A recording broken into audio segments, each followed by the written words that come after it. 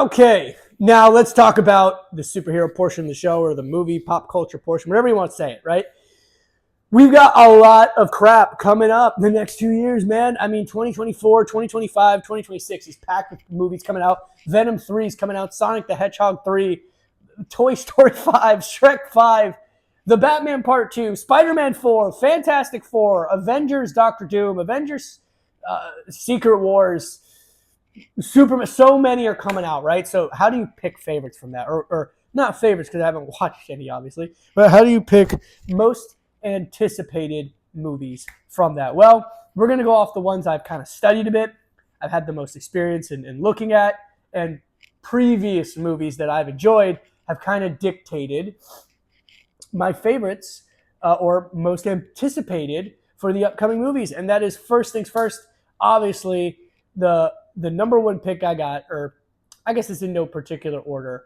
You know what? We are going to go in order here. It's not number one as in my most anticipated, but the first one I'm going to say, so the bottom of the list, number 5, right? My 5th most, I guess, is going to be Jurassic World, the next movie. Now, I know that sounds so weird because there's like a million superhero movies coming out and I'm picking a dinosaur movie. But you got to understand, I love the original Jurassic Park.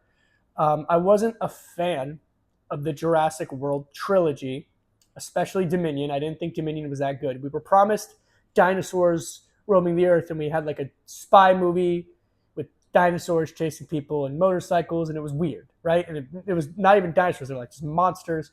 Weird. But I think if they play their cards right, if they're doing a reboot, there's a chance to either A, remake the theme park idea in a way that's cohesive and captures the magic of how it was done the first time, or B, set up the stage to maybe make our characters. Now, I don't know if this is true. We have to see the synopsis. Probably isn't. But if I was writing the movie, I'd find a way to make our characters go back in time and be in dinosaur era without modernisms. I feel like that would add giant stakes to the movie, because when I think of a dinosaur movie, dinosaurs eating people, I don't want motorcycles and helicopters. I want dinosaur stuff in dinosaur-looking environments, like the first Jurassic Park. We're at a theme park that's dinosaur-themed. Dinosaurs get loose. That's enticing to me. And they're dinosaurs. They're not genetically engineered. They're God-made, right? Well, man-made, technically, right? But they were dinosaurs, right? They weren't like combining all this crap to make a giant Gigasaurus, Supersaurus, or whatever, right? I want that. Take me back to that. Take me back to the original Jurassic Park. Take me back to simplicity. We kind of got something like that with the movie 65, but it didn't have nearly as much weight to it as the Jurassic Park movies did. And even, in my opinion, some of the Jurassic World movies. I like the idea of it, but the premise of having an alien come to Earth 65 million years ago who has no ideas what dinosaurs are, it takes the weight out of that a little bit. But this way, if they do it this way, it could actually be interesting and fun. Moving on to the next most anticipated movie, it's going to be Avengers Doom. Robert Downey Jr. has been cast as Dr. Doom, and I am freaking ecstatic. I already made a whole video of my thoughts on that and how I feel about that, and I'm still excited for it. I'm still here for it. I'm still ready for it. I am definitely anticipating this one now because of the casting choice and because I love the character, the villain, Dr. Doom. I just think it's going to be incredible. So this is my next anticipated one for sure, which is having Dr. Doom be a villain. I'm excited to see how Peter Parker, Spider-Man, Tom Holland's Peter Parker is going to interact with Dr. Doom. I can't wait to see one that looks like Tony Stark. That's just going to be incredible to me. And I'm super excited to see how they are going to actually play that out. My third most anticipated movie is Spider-Man 4. Not Sam Raimi's and Tobey Maguire's Spider-Man 4, but the Tom Holland Spider-Man 4. If we ever get Spider-Man 4 with Tobey Maguire from the original trilogy, that would be my most anticipated, and I would love it no matter what. But Tom Holland's Spider-Man 4. Now, I loved No Way Home so much. Yes, I fell for the cheap fan bait and the cheap fan service. You know what? It worked. They did a great job. They reset the character back to his roots, and I can't disagree with what they did. The movie was good. If you take Andrew Garfield and the fan service stuff out of the movie, does it hold up? No, but it has all that things in it, so it does hold up. It's like saying, if you just don't use that cheese on that piece of pizza, It's not as good. Okay, but that pizza has that cheese, so it's good, right? So it holds up. All right, it's a good movie. I loved it. I'm a, Here's my caveat for this. I hear rumors that they're butting heads about doing multiverse and street stuff. Marvel and Kevin Feige want to do the more street stuff. Sony wants to throw in Andrew and Toby and make more money. Please don't. We've already seen the multiverse stuff and we're burning it to the ground. As much as I want to see Andrew and Toby back, give me the Amazing Spider-Man 3, give me the original Spider-Man 4. That's how you can make your money there. Leave Tom Holland's Spider-Man alone. Let him interact with everyday characters like Kingpin. I want to see him interact with the Kingpin, who's now in the MCU, with characters like maybe even Daredevil if you put him in for a few scenes. I want to see him struggling. I haven't had a classic Spider-Man story in years, and I'm starved. I'm starved. Please, give me a good Tom Holland Spider-Man movie. I know we've got Friendly Neighborhood Spider-Man coming out pretty soon, too. That's going to be exciting stuff.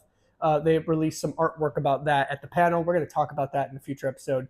But seriously, please, Tom Holland, Spider-Man 4, just give it to me. My second most anticipated movie is The Batman Part 2. I love The Batman Part 1. It's my favorite Batman movie. It is incredible. It captured the detective noir-esque of Batman. It captured his anger. It was a very early on Batman. I love the tone of the movie. I thought the actors and actresses did such a great job with it. I love the universe that Matt Reeves set up. In my opinion, it was a fantastic movie. And more importantly, it was a fantastic Batman movie. I am stoked to see what they do in Part 2. There are rumors that it's the Court of Owls. I've seen some rumors on. I've seen some rumors on Scarecrow. I've seen rumors that they're going to be doing Robin. We're going to have to see the Penguin show is coming out soon, and that looks incredible. So we're going to get into that. There's a lot of good stuff that is being talked about. I am hoping that we do a Robin in the Batman Part 2. That is probably the thing I'm most anticipated about. We haven't had a Robin on screen since Batman and Robin, since those like original movies, and it wasn't good. I want a modernized Robin. I know we had the guy from Titans, but that show, not to the actor's fault. The actor did the best he could with the material, but it just was not a good show. I want a live-action, definitive version of Robin. One that we can say, yeah, that guy's Robin. And we haven't had that yet. So I'm counting on the Batman Part 2 to hopefully introduce that in there and give us that. I think it could be done. I really think that if things are strung together properly, if you tell the story properly, you can make Robin work in this universe. Maybe you might have to age him up a bit, maybe make him like 16 years old. Fine. If you have to do that to make more real world sense or whatever, I'm fine with that. He doesn't have to be 9 years old, but I want to see Robin done right. I want to see Dick Grayson done right. I don't want to see it be any other Robin yet. I want to see a Dick Grayson first Robin told story, especially because I know in James Gunn's universe they're doing Damian Wayne, which means we're never going to get to see Dick Grayson be Robin in that universe. So I want to see it done now. I want to see Robin be done right. I want to see a live action Under the Red Hood at some point. There's so many opportunities they can tell if they just tell stories Robins. Problem is they don't do it.